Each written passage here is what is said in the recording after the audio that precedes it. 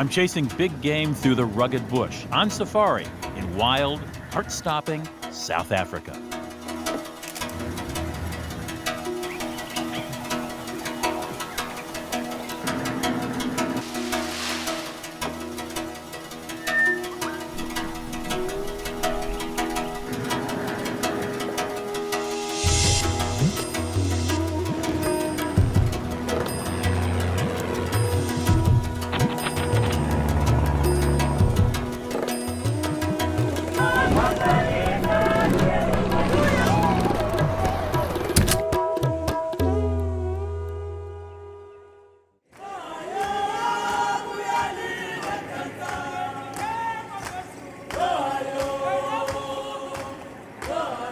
It's just before dawn, and we're out tracking game at Kwandwe.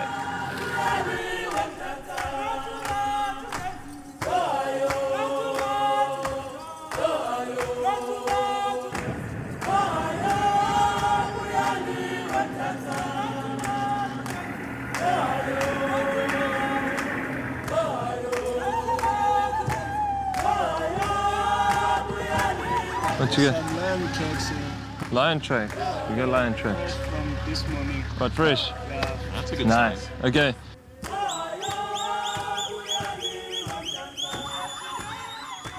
Yeah, there's the kill there next to that bush. I can't see what it is from here. Looks like the lions are done with it, but we're just gonna go a little bit closer and see if we can have a look. There we go. You can see a couple horns there. Long, very long. Very long. Yeah, it looks like an oryx. The lions look like they've moved off. They're probably in the area, but they're not lying around here, so I'm just going to jump off quick and have a look. So it doesn't smell that bad yet, which is telling me that it's not that old. You can see the horns here. They're still quite heavy. It looks like it's fresh enough for these animals to be quite close by. So let's go and have a look around the area and see if we get lucky.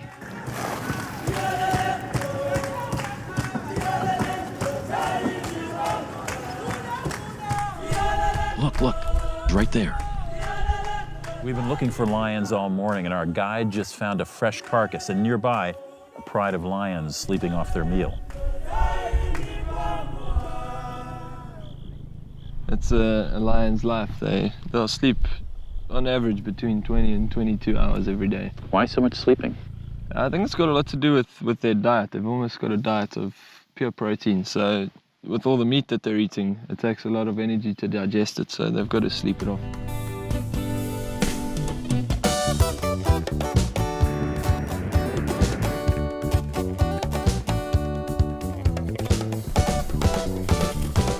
Wildlife safaris are making a comeback in South Africa. Just miles from the stunning coastline lie wildlife preserves where indigenous animals have been reintroduced to their former habitat on reclaimed farmland. The result? A triumph for man and for wild animals. A place where local people find new opportunities and visitors can experience the thrill of a lifetime. And it's all the more appealing because the Eastern Cape reserves are malaria-free. Kwandwe Private Game Reserve is in the Great Fish River Valley on the Eastern Cape, just north of the famous Garden Route in South Africa. The drill is simple. Grant, my ranger, and Dolly, our animal tracker, load me into the Land Cruiser, and off we go every morning and evening looking for wildlife.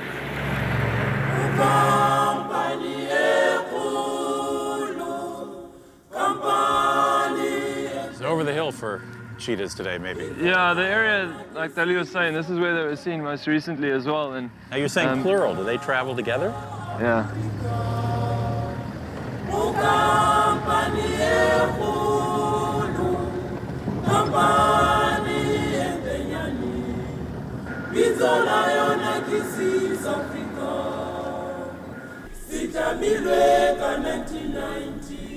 Beautiful. Yeah. Do you know the relationship, Grant, between these 5 cheetahs? Yeah, it's a mother and her 4 youngsters. You know, they've still got quite a lot of long fur on the back of their necks, which shows that they're quite young. They're busy learning how to hunt at the moment, at this stage in their lives. So they'll follow her around while she hunts, but she still does most of the hunting for them. It's actually something quite special to see 5 cheetahs all together. they're highly likely to be killed when they're quite young. They're very vulnerable, and mother's not very powerful to protect them.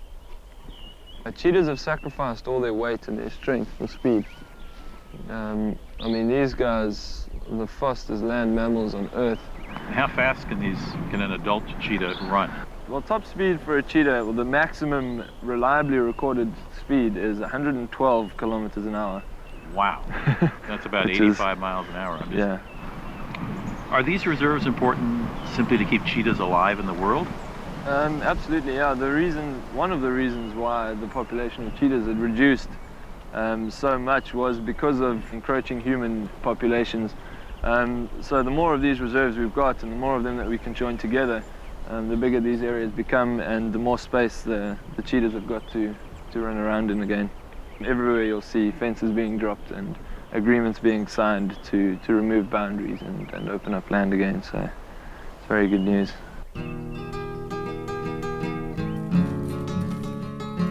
Over the centuries, European settlers cleared many of the animals from this land. Today, their former farmland is being turned into game reserves and restocked with indigenous wildlife. The success is astounding. The number of white rhinos, for example, had decreased to fewer than 50 around 100 years ago. Now they number more than 7,000. The secret? Finding ways to preserve animals, finance local communities, and make enough money to sustain this model through high-end ecotourism. It's a model Quandway and its parent company called And Beyond have employed all over Africa. Angus, what is the history of Quandway and this land it's on? Well, to take you way back, this was essentially one of the finest wildlife areas in Africa. The Great Fish River Valley was very well known for huge numbers of animals, herds of elephant of up to 3,000 strong. This is the area that the Cape Lion walked in. And then slowly the land changed with more and more settlement and people tried to farm here. So picture the landscape with fences, and gates, paddocks, windmills and all those sorts of things. So when we came here, we had to take all of that down. So it's been a fantastic experience really reclaiming the land back to something like what it was, sort of 200 years ago.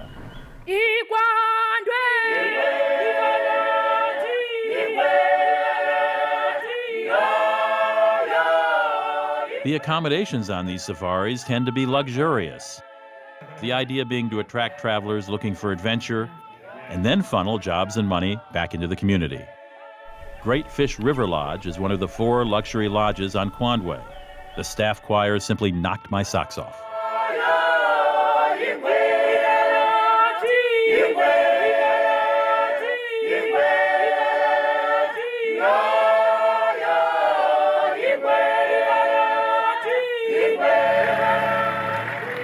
En route to spot the Big Five, we catch glimpses of all kinds of wildlife, from comical warthogs to spiral-horned kudu to eland, large antelopes with swaying neck dewlaps. One afternoon, we had a rare sighting of a brown hyena, another endangered animal making a comeback here. I think that you'll notice when you're here that the animals react very naturally around the vehicle. You'll see them going about their natural behavior, and that's actually what's important and often what the guests enjoy the most. Why are animals so natural around vehicles? I haven't been inside the head of an animal yet, but this is how I think it works, is that they don't see the human beings inside the vehicle. They just see the vehicle. That's why we don't change the shape of the vehicle. They get used to it. And you're almost like this neutral creature cruising around. And after a while, they've become so used to you that, they just carry on with their normal day. We're going to go and try for this herd of elephants that was nearby. They're up towards the top of those mountains over there, so we've got to make our way up there, which is going to take a little while, but we should get them.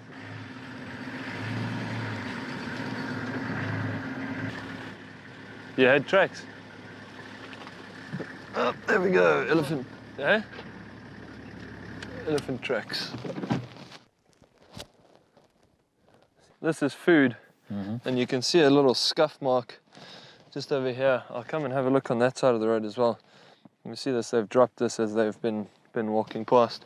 So they've all come along this little path, across the road and carried on. You can tell they're going in this direction? Yeah. So here's another branch. You can see as they've dropped along the way, and you can see a lot of scuff marks on the ground over here. Can you tell if it's a couple or?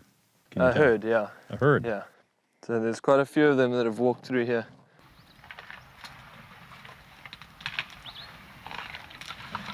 So you've got to be ready to go if we have to. Yeah. It's a family group. The herds are usually family groups of closely related females and their offspring.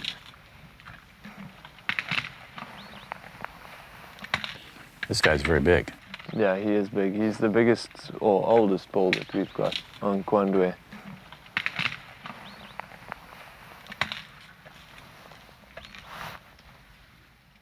How much land does Kwandwe embrace here?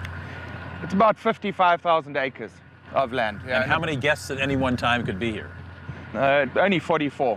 Only 44 guests on 55,000 acres, which is probably one of the lowest guest to land ratios that you can get.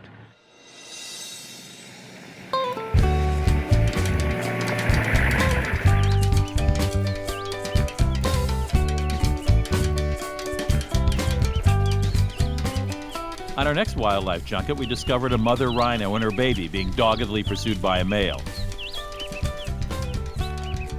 Of course, doggedly is a relative term in the rhino world.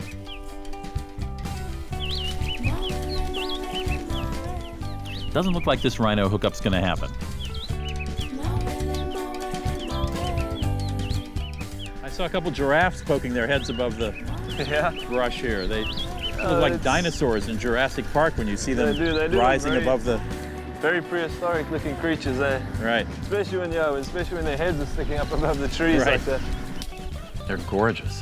They look so regal in their bearing. Yeah. Very graceful in the way they move. It's so sort of fluid. How they walk. Both left legs and right legs at the same time. Which is quite strange with animals. They usually do opposite legs.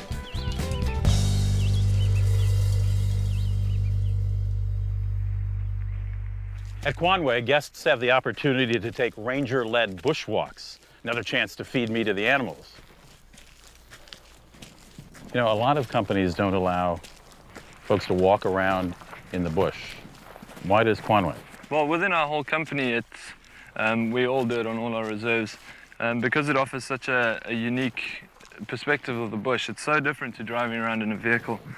And we do it in the safest way possible. I mean, we won't go walking in an area where we know that there's been potentially dangerous game over the last few days.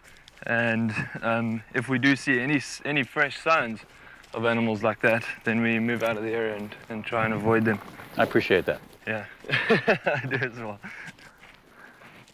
Okay, look over here, here's a big white rhino track here. That's a Bigfoot. That's a Bigfoot, so That is huge. this is fresher than the buffalo tracks.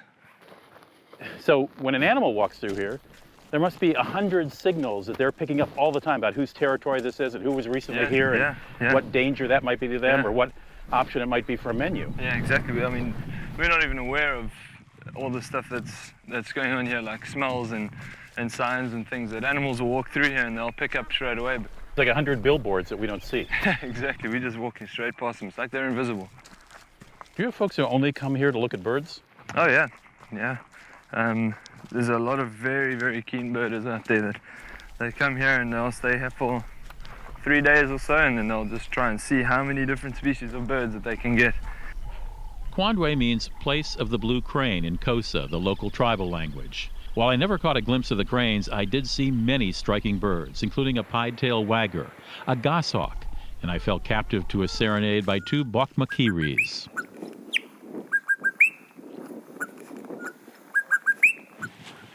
There, that is Susina. Also, male lion. Yeah, so the lion's in the area somewhere, which is good news. Dolly picked up the tracks of a male lion, and we met up with him on his evening patrol, only to discover he wasn't alone.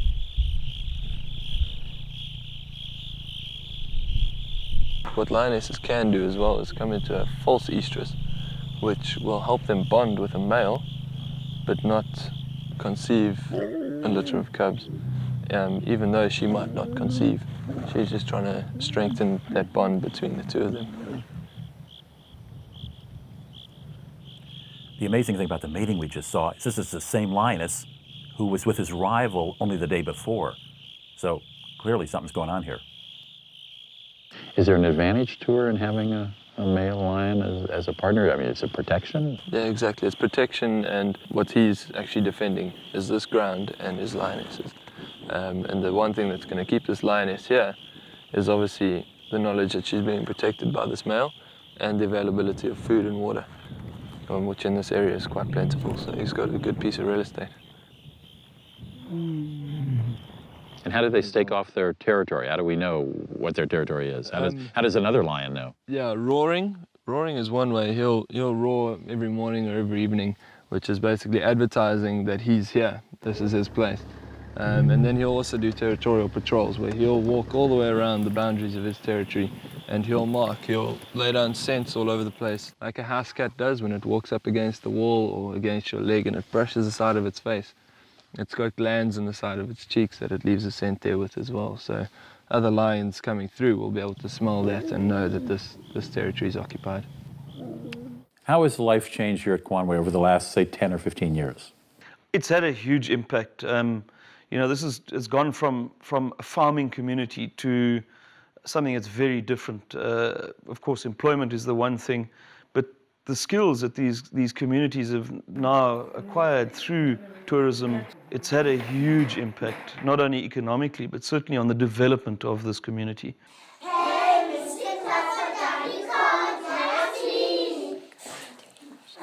I work here as a preschool teacher from 2002 up until this year, 2008.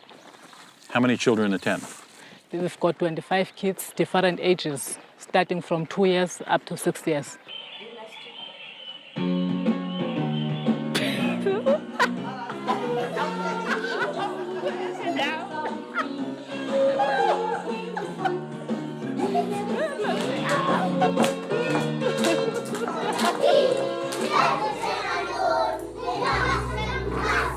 Originally, this area was settled by the Khoi, who herded cattle.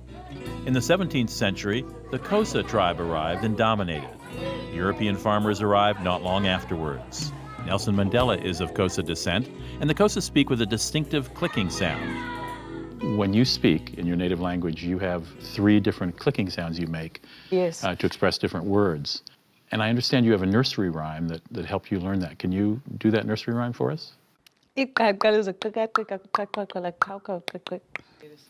Easy for you to say.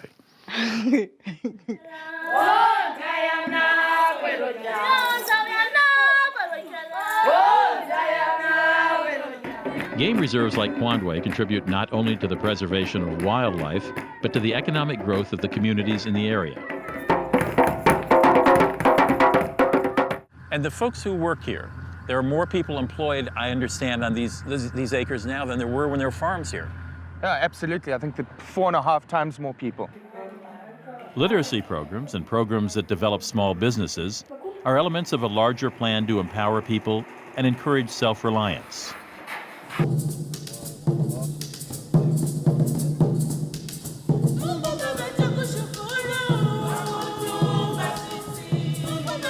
Dali, what are you looking for when you're tracking? When you're trekking, you're looking for quite a few activities. They come out on the ground. Sometimes you're looking for track marks crossing the road. You're looking for tracks. Sometimes you're listening for alarm calls from the animal. There are quite a few animals. They make alarm calls, something like kudu, monkey, and baboon. So when you're trekking, you're looking for tracks, fresh tracks, maybe from last night, from the morning, and then which tracks you can follow them.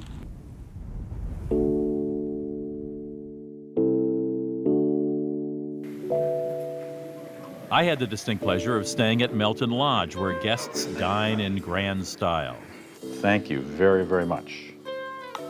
Thanks. The food here at Kwanwe is terrific, and I figure the lions appreciate it if I had a little more meat on my bones. Small groups can rent out Melton's 4-bedroom lodge entirely for themselves, and that includes the ranger and tracker. There, in addition to first-class lodging on the edge of the bush, a devoted cook and staff tend to your every need.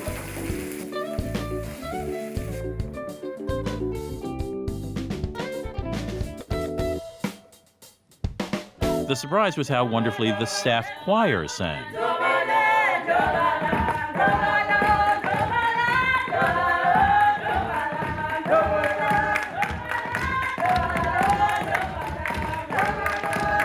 Melton's choir and their rivals at River Lodge compete with other choirs on reserves throughout Africa.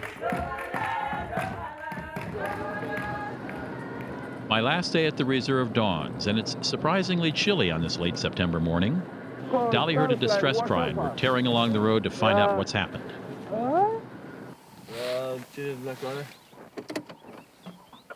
I'll just be here alone. Yeah, when you're in the car, then that's fine. So I'll keep that in mind. don't Thanks. worry about it.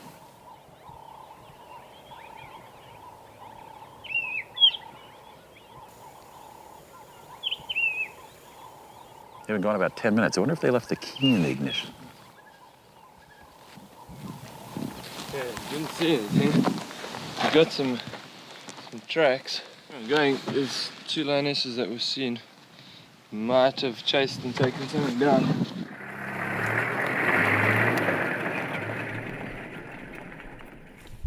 The interesting thing about this situation here is that these two lionesses didn't kill this hartebeest for themselves.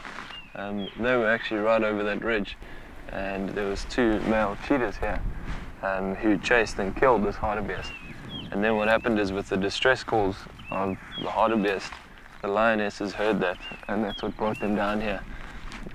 When the cheetah saw the lionesses coming, a cheetah's not even going to think twice about arguing with the lion, so the cheetahs pretty much just turned and ran. So the cheetahs did the work, and the lionesses here enjoying the payoff. Exactly, yeah. Because they've sacrificed all their weight and their strength for the speed, they don't have the power or even the capabilities to fight against the lion, so they've got to give up.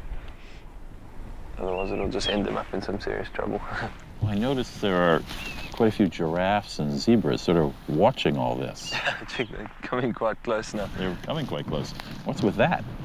They just want to make sure that these lions are occupied in doing something else and are not a threat to them. So they'll keep an eye on them. They won't come right up to them, but they'll get to a certain distance and they'll stop. As long as they can see them, then they're happy. Here we go.